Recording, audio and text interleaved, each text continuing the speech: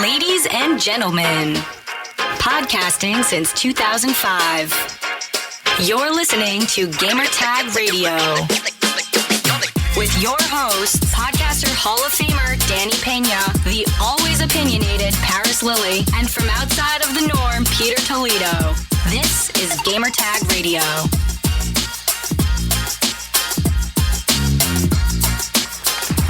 All right, welcome back to another episode of Gamertag Radio. This is episode 962. I'm Paris, doing this solo. Danny is in Los Angeles right now. He's attending an event. He will be traveling back home, so he will not be able to join me. So you just got me for this episode, and this isn't going to be too long of an episode this time. Got a couple things I want to talk about. Going to play a voicemail, and then I'm going to be out. But before we do all of that, I want to let everyone know, make sure you go check us out, gamertagradio.com. Our home is also Audio Boom. If you want to subscribe to the podcast, you can find us on your favorite RSS feed catcher, be it Apple Podcasts, Google Play, Spotify. I believe we're on Pandora now, iHeartRadio. Whatever you like to use to listen to podcasts, you'll be able to find Gamertag Radio. And for those of us that are joining us live, we are on Twitch. So you can find us over at twitch.tv/Gamertag Radio. And you can watch us record this live every Sunday at 6:30 a.m. Pacific, 9:30 a.m. Eastern. And we also record on Wednesdays at 6:30? At 6:30 p.m.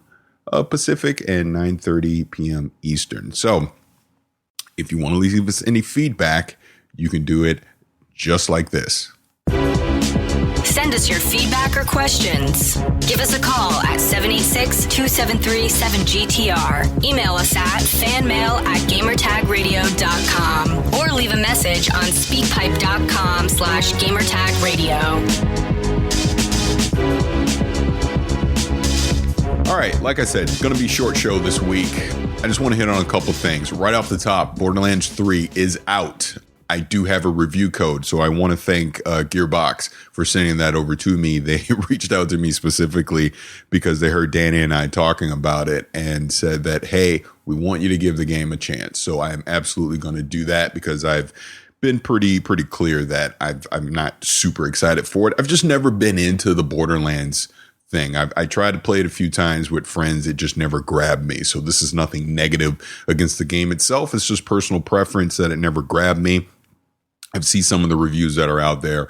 They are mostly pretty positive. So I am going to play it. I have a PC code on the Epic Game Store. So I will be playing it there. The only reason I have not started playing it yet is I've seen that on the PC side it's had a lot of optimization issues. So I'm just kind of waiting it out because, hey, it's not a game that I've necessarily been super excited about. And why should I fight through technical issues to try and enjoy it? So I'm going to give it another week or so and I'm going to jump in. I know Danny also has a code as well that he got, and I believe he's playing it on Xbox. I'm almost pretty sure he's playing it on Xbox. So we'll circle back. We'll talk about Borderlands 3 at a later date once some of these technical bugs get ironed out on the PC side. Like, as an example, I hear it's pretty much unplayable on DirectX 12. So just going to try and wait it out, which also to add to that, if people have been following me on social media, you know that I've done a couple upgrades on the PC side. I first and foremost, thank you to NVIDIA because a few weeks ago they sent me over an RTX 2080 card. And that really inspired me to the point where I was like, you know what? If we're going to go big, let's just go all out. So I went, and the fine folks over at EVGA, I went out and I got an RTX 2080 Ti card. I got the EVGA version of the 2080 Ti card. And I'm using that now as my primary GPU. The plan is the 2080 that I have, I'm going to build a second PC dedicated strictly to stream because I'm going to do a lot of my gaming just pretty much on PC. I mean, especially with Xbox doing what they're doing now, really the only reason I'm going to go to console is to play PlayStation exclusives and obviously to play things on Nintendo Switch. So I'm going to build a second PC that's going to be dedicated strictly to just stream. Have a primary machine that is going to have the 2080 Ti that I'll be gaming on. You know, obviously all these great games that are coming out this holiday and then going into 2020. And then I'm going to build a third PC. My old GPU was a 1080 Ti. And my son and I, we're going to do a project where we're going to build him a PC. And that 1080 Ti will be the GPU in that. So we're going to build him a PC. It'll probably be a 1440p rig. That way he can completely maximize everything that the 1080 Ti can do. But it should be a fun project. He'll get to learn about PC, the parts that are needed, how to build it, how to maintain it, things like that. It should be really fun. So that's kind of on the roadmap here for the rest of 2019 for me to be able to do that. So again, I want to thank NVIDIA for providing that 2080 card, because that's what kind of inspired and kicked all this off. So we'll move forward with that. So going back to gaming, like I said, Borderlands 3, we'll get into that in a future date. Now, something I have been playing and I have really, really, really been enjoying is Gears 5. You know, I know Danny did a full review a few episodes ago, but I haven't been able to give my direct thoughts on it. And I'll just say off the top, Gears 5 is a Game of the Year contender, and I am so happy to be wrong about that game, because as you may know, I was pretty skeptical that they weren't really showing us anything about it. I'm like, why aren't we finding out about this game? What's going on? Why just the scant details of escape mode? And I obviously I know they did the beta online for the Horde mode, things like that. I had a lot of fun with that. I got to play Horde mode when I went to Gamescom, but we weren't getting anything about the campaign. And it look, my radar went, look, maybe I just got burned by Mass Effect and things like that, where they were just hiding information, and it made me super skeptical. But now I understand why they kept things so close to the vest. Who knew that Gears 5 was damn near an open world game, right? I did not know that. They got away from traditional level design for Gears 5, and they allowed for exploration. They allowed you to kind of just see the world of Sarah and just do what you wanted to do, so to speak. Obviously, there's still a traditional campaign, but there's like side missions you can do now, and it's a lot of fun. This is probably the most well written, the best well written, however you want to say it, Gears game that we've ever had. I really connected with the characters in this game. I love that they celebrated the past with Marcus and the rest of the old crew. But then we also got to know more of the new crew as well, you know, JD and all them. So it was really good visually on the PC. And I've said this pretty much from the start of me getting that review code, that Gears 5 is just a showcase game. Now that I have that 2080 Ti, I've been playing around with insane settings. I was already playing it in Ultra, but now I've been kind of playing around with some of the insane settings, and wow. I mean, absolutely wow. It is a showcase, and I've hopped over to Xbox One X, played it there as well. I mean, it's fantastic on the console too. It looks stunning there, but PC is just taking it to a new level. And the thing that I've been saying about that is, if this is Microsoft's roadmap, if this is their plan to optimize games on PC moving forward, I mean, I'm in. This is why you get Game Pass Ultimate. You know, you're getting access to all their games on PC. You're getting access to them on console. And again, if you're a PC hobbyist, if you're into building, you know, these high-end gaming rigs, and you're going to be able to get Xbox exclusives that look like this, that play like this, that are compelling like this, that are AAA experiences, I'm in. I'm sold. I do find it interesting, speaking of that I guess it's come out that Gears 5 isn't selling that well on Steam, because it is available on Steam. But I think there's a couple things that are happening with that. I think, again, you know, people that are picking up Game Pass Ultimate, that's where they're playing it. So they're getting it through basically the Windows Store versus purchasing it for like $60-$70 on Steam. I also think that it's just not been heavily marketed on Steam in the sense that, if I've never played a Gears game, what's my incentive to run out and go pick up Part 5 if I've just been a pure Steam PC gamer, you know? So I think there's a couple factors there, but overall, it seems that Gears 5 has been very well received. I mean, all these high reviews, high praise. Like I said, it is a Game of the Year contender. If this is Microsoft's plan to basically redeem themselves for the exclusive games, this was a great first step towards that. And I think all this culminates next year with Halo Infinite. I think this is what all this is building up to, because, you know, as Danny and I talked about previously, they can't screw that up. this has to hit, and it has to hit hard when Halo Infinite comes out. So if they're going to give us this kind of experience, not only on PC, but on console when Scarlet comes out, I'm all in. Really looking forward to it. So again, I think Gears 5 is fantastic. You know, I played a little bit of escape mode, a little bit of horde mode, not too much. I really focus on the campaign because that's what I wanted to experience, but all fun. Again, if you're a fan of Gears, if you've been a fan of this franchise, you're going to love Gears 5. I do think this is the best that Gears has been since 2006. That original game will always hold a special place in my heart, but this is the best Gears game that has been made, not only campaign wise, but obviously multiplayer wise. Just the visual fidelity that they're giving you, not only on the console and PC, is just the absolute total package. This is what a AAA game looks like. This is it right here. This is when you have a company like Microsoft that's able to throw the war chest at a game to get the most talented people in the world to make a game. This is what you get with Gears 5. So very excited for it. Loving it. If you've not picked it up, I highly recommend it. Take advantage of these deals that they're doing with Game Pass right now so that you can get in, test it out, see if this is something you want.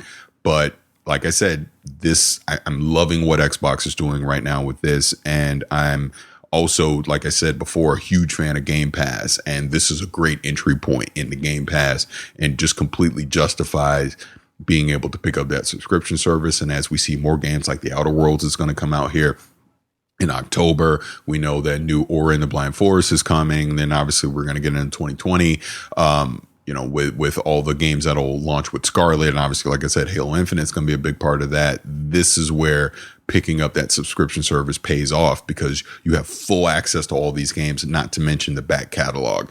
And the one last thing on that, which I'm super excited for, and I don't think they put a date on this yet, but it's going to be Halo Reach. Happy birthday, Halo Reach. It's 9 years old this week. And I got a chance to play a little bit of the campaign at Gamescom on PC. Fantastic. 4K is beautiful. So can't wait to do that too. And that is also going to be on Steam as well. And it's a part of Game Pass. So again, when you start adding these things up and you look at what Xbox is doing with these experiences, this is the future of gaming and I'm super excited for it. So that's that.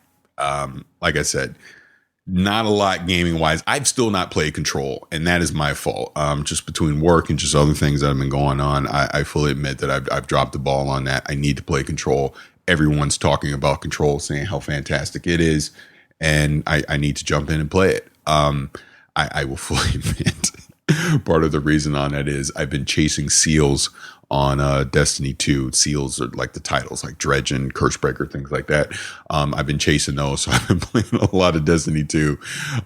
Even though I know Shadow keeps coming up, and I'm really going to be playing a lot of it in October, but that's been part of the reason. So shame on me. I need to play new games. I've not even been playing Madden 20, things like that. I have NBA 2K 2020. I've not been playing that. So shame on me. That's my fault. Fully admit it. I will definitely rectify that here in the next week so that when we come back on the podcast, I'll have more impressions of new games. Another thing that I was excited to see this week was the state of the game over at Massive for the Division 2 and just some of the upcoming changes that are going to be happening the way with loot.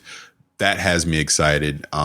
They're basically going to give you targeted areas where you can get specific loot so you know what you're chasing. So that's a good thing. We're going to get named weapons now that basically have quote unquote God rolls on them, fixed God rolls, things to go chase and do. So I'm excited for that. I know this state of the game that's coming up, they're going to be talking about some of the PvP and dark zone changes that are coming, which are sorely needed, because I think that is 50% of the problem with the Division 2 right now is just, I don't care about PvP. It is not fun to play. I have zero incentive to play it. Same with the dark zone. So I'm really excited to see what they're going to do with that. I'm assuming that Red Storm will be heading that up. So Terry and those guys over there will be talking about that. So I'm looking forward to this next state of the game that'll be coming this week. And then the following week after that, they're going to kind of talk about the future, which I'm assuming is going to be episode 2, which is going to be the Pentagon, new raid, things like that. So,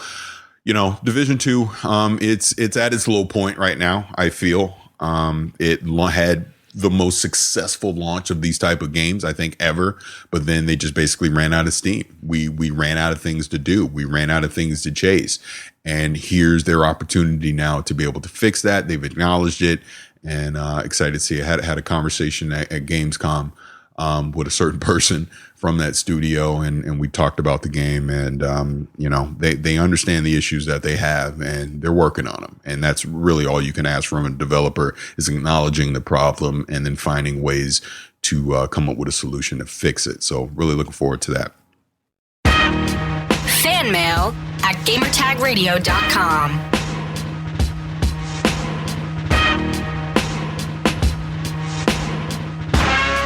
All right.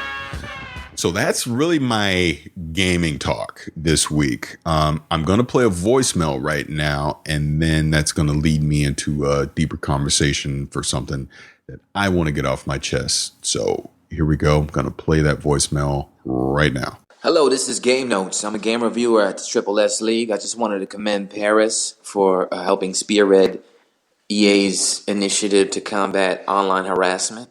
I think it's important for any consumer advocate to have a balanced approach and not just comment negatively on bad things the company does, you know what I mean, but also invest in positive support. I do have a question. Do you think this marks some kind of change in EA going forward? I see what they're doing with Jedi Fallen Order, no microtransactions as of yet. I see Madden taking a hit because of those macro transactions. Not to get into that, but do you think this could mark a change with them going forward? Maybe they're listening to the community. Just let me know what you think. All right. Thank you for that voicemail. I really appreciate it. And those for that are watching live on Twitch, if you catch the recorded podcast, the volume would be a little higher. So I do apologize for that.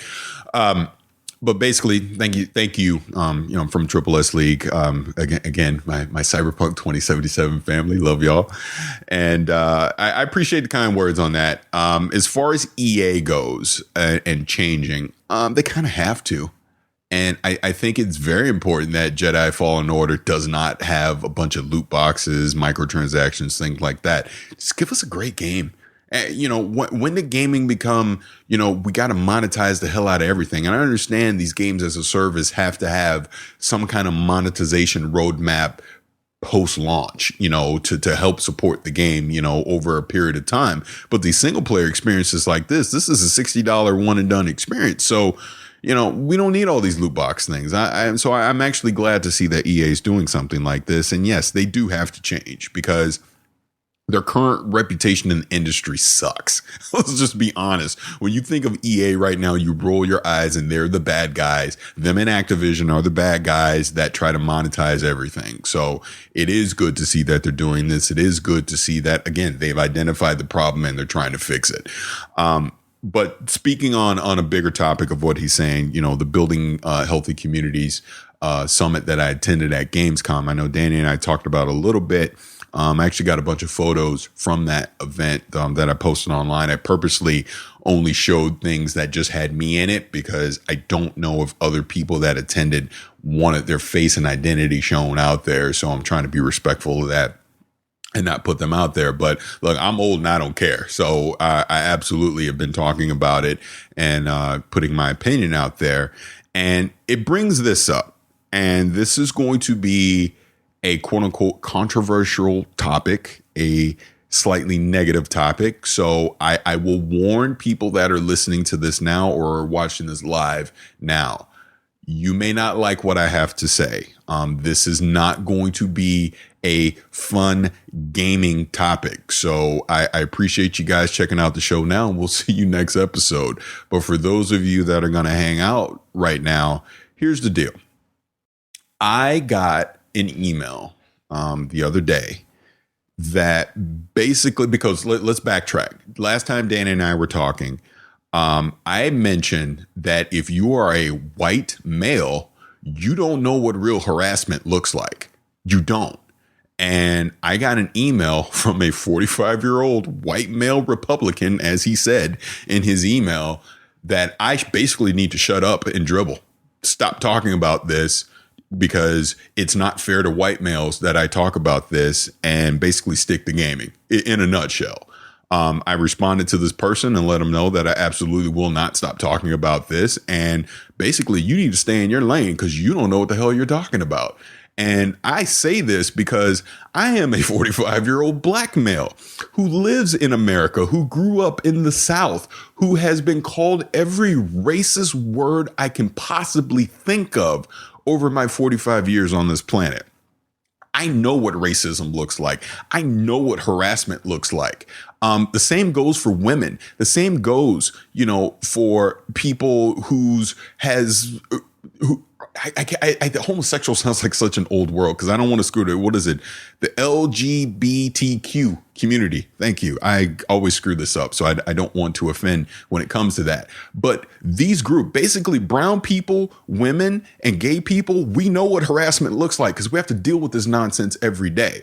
And the whole point of the Building Healthy Communities Summit was, let's figure out a way to let people play online and not deal with harassment. And sorry, white males, you, and I know this is a generalization, but you are the primary offenders of this. And this person was upset with me because I generalized and said that white males don't understand what harassment looked like because you don't. And here's the deal, because I think this person even said to me, well, I grew up in a black neighborhood. Sorry, that doesn't give you a hall pass to then try and tell me what is harassment and what is discrimination. Because my wife and I talked about this, and what I said to her was, sure, you can grow up in a black neighborhood and now the table has been flipped and you're now the minority and maybe you deal with some ragging, harassment, things like that. But here's the thing.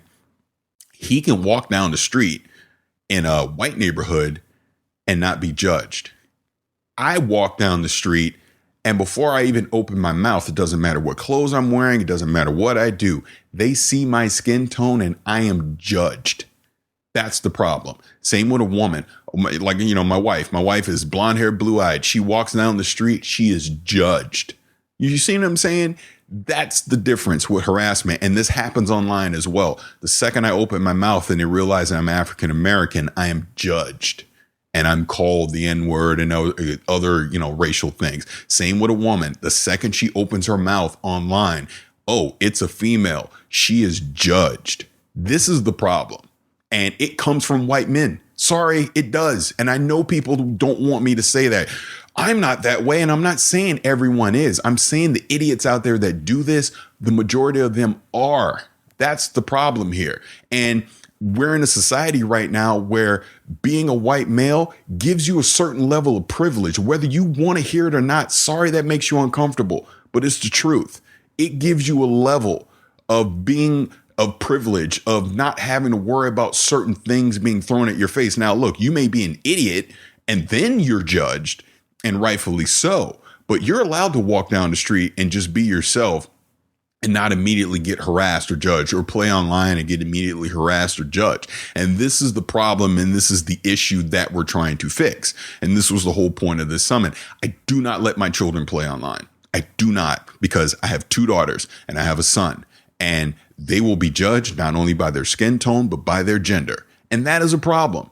That is an absolute problem, that they cannot go online, play a game, and just have fun. I have to police it. I have to make sure who they're talking to online, who's joining, things like that. It's ridiculous. It is truly a level of stress for me to let my children play online. And that's a problem. So part of the thing that we talked about at the summit, or at least I specifically brought up, I was like, look, until there is a level of accountability online, you will continue to see this. Until people are identified as themselves online and not some anonymous, gamer tag or whatever, they're going to continue to do this. Banning them after a certain period of time does nothing, because there's a concept called the burner account. They're going to go get their burner account. They're going to hop right back online and they're going to do the same nonsense over and over again. So until we develop tools that identify who people are, we're going to have this problem, and then once they are identified, the penalties need to be swift and they need to be severe, because the one thing that I brought up, playing online is not a right. It is a privilege. It is an absolute privilege to play online. There's nothing in the rule book that says you need to be allowed to play online. And if you're going to be a freaking idiot online and you're going to harass women, you're going to harass people of color, you're going to harass, gay people, then you deserve to be banned, period. Because that's not what this is supposed to be about. It's supposed to be about having fun. Sure, there's going to be competitive, intense situations where tempers are going to flare and all that. But if I'm a woman and I just hop into a match on Gears 5, and the second I open my mouth, all of a sudden you're judging me, saying I'm not good enough to play with you, and oh, you're just a dumb girl, and you're this and you're that, then that's a problem. If I hop online and you realize that I'm a black man and all of a sudden I got to be a freaking coon and a monkey and the N-word and all this other stuff, that's a problem. If I hop online and you realize that I'm a gay person and now all of a sudden, I'm the F word and all the other slurs that you potentially can say. I'm trying to keep this family friendly. That's a problem. That needs to be policed. They need to be reported. They need to be identified, and they need to be kicked off the system. Period. Point blank. End of discussion. Look, I'm 45. I have thick skin. I can deal with this nonsense all day. But my children are 17, 13, and 9. They do not need to deal with this at all. That's the problem. My wife, who does not game, but I've been trying to get into it more. I would hate for her to have her first online experience to jump in and some idiot gamer dude, blunt 420, jumps in and is saying all kind of ridiculous comments to her. That's a problem.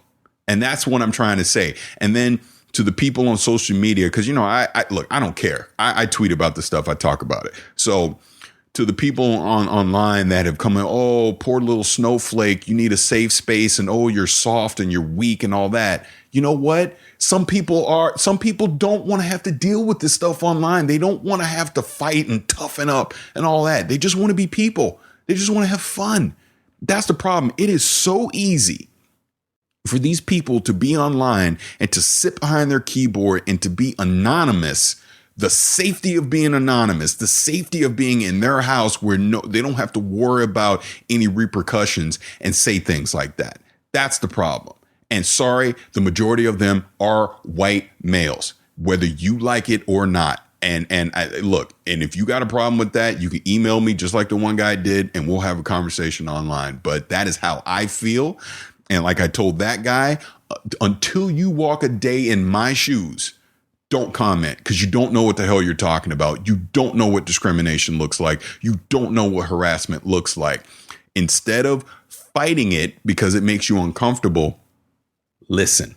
Listen to what people are saying to you. Listen to these conversations that are happening. Listen to these stories of people that are telling you how they're being harassed online and why it's a problem. And you know what? Instead of trying to tell me to toughen up, do something about it. Police your children. Because a lot of this, as a parent, I'm telling you, this is what it comes down to. Be a better parent. Be a parent and actually sit down with your kids and talk to them and make them understand why it's not okay to do these kind of things. We should all be loving each other. We should not be fighting each other and hating each other. This is the fundamental problem about being online. You get to be anonymous, so you get to be an idiot, and then you have no accountability, and you just spur on hate and just these vile intentions of you want to make people feel bad to make yourself feel better. Instead of uplifting each other, loving each other, be kind to each other and work together and have fun. How in the hell is it fun to harass someone because they're gay, or harass someone because they're a woman, or harass someone because they're Mexican or Chinese or whatever the case may be, right? How is that fun? It's not. It is absolutely not fun. And a lot of that comes back to parenting. And if you don't like that I'm saying that, take a look in the mirror and see how you parent your kids. Because I guarantee you, if you pay attention to what your kids are doing and saying online, you might be horrified by it. And that comes back to parenting, making sure that you're raising your kids right and you're doing the right thing by them so that they grow up to be outstanding men and women. Bottom line. And that's just the truth. That's my truth. That's how I was raised to be. That is how I raise my kids. If my kids were an idiot online and I found out, oh my God, there will be hell to pay with them, and they know it. And that's what I'm saying. there's repercussions to these type of actions. And until there's accountability and until there's swift penalties on this, we'll continue to see this happen. I commend EA for doing this, what they're doing with building healthy communities. What we had in Gamescom with this player console was just the first time. We're going to have multiple sessions over the next year, calendar year, talking about this stuff, coming up with ways to try and figure this out, talking to our communities like I'm talking to you guys right now, providing that feedback, just kind of let you know what I'm thinking about some ideas that potentially could be happening with EA. And hopefully, you know, we'll see Xbox and other people do this stuff as well. But yeah, I will fully admit that email pissed me off. It really did. So if that person is listening to this or watching this right now, yeah, you pissed me off with that, because you have no right to email me and basically tell me to shut up about it because you didn't like it. Sorry, it's the truth. And you may not like the truth, but it is what it is. And until people are held accountable for this, I'm going to continue to talk about it. All right, rant off. I'm done. I hope that was enough. But yeah, I just wanted to get that off my chest. I just wanted to talk about it because I just felt that, you know, it was important to call out. It's important to be vocal about this and not just sit on our hands and pretend like it's not happening, because it is. And I'm going to continue to talk about it. And for those that might be upset at me right now saying, hey, I want you to talk about, you know, Control and Gears 5 and the next Destiny expansion, those conversations will continue to happen. But from time to time, I'm going to have these conversations too, because that's just who I am. This is my platform to be able to discuss these things, and this is why I want to do it. So apologies for anyone that I upset, but like I said, this is my truth and this is just my reality, and I feel like I'm in a position to where I can't sit on my hands and pretend like it's not happening. So it is what it is. All right. I'm done. I think I've ranted enough, and I also think I'm starting to get sick. But this has been episode 962 of Gamertag Radio. And before we get out of here, I'm going to remind you guys where you can leave us some feedback. Send us your feedback or questions. Give us a call at 786-273-7GTR. Email us at fanmail@gamertagradio.com or leave a message on speakpipe.com/gamertagradio.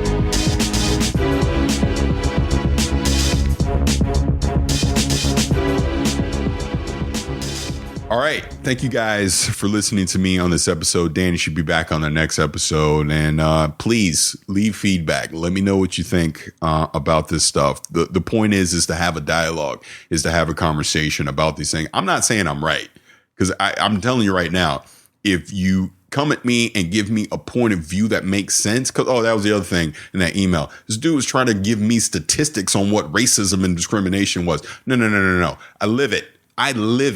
I am the statistic. I know what it looks like. So I don't need you to try and sit in your ivory tower and give me statistics on what discrimination looks like. That is one of the most ridiculous comments I've ever seen.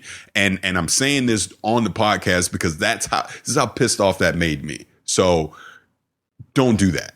If you want to have a conversation about discrimination and racism from a different point of view, we can have a conversation, because I understand there's two sides to every story, but don't talk down to me as if I don't understand what real discrimination looks like and what the source of it is, because I do. I think I got about good 45 years of experience in it. So not gonna rant again, but I just had to get that off my chest. Again, thank you guys for listening to this. I truly appreciate it.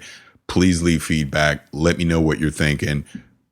Talk about this stuff on social media. I think the more that we talk about it and the more that we bring this out in the open, the more that we'll come up with a solution that's going to work for everyone. And like I said, I think it all starts with accountability. So again, this has been episode 962 for GTR. This is Parris.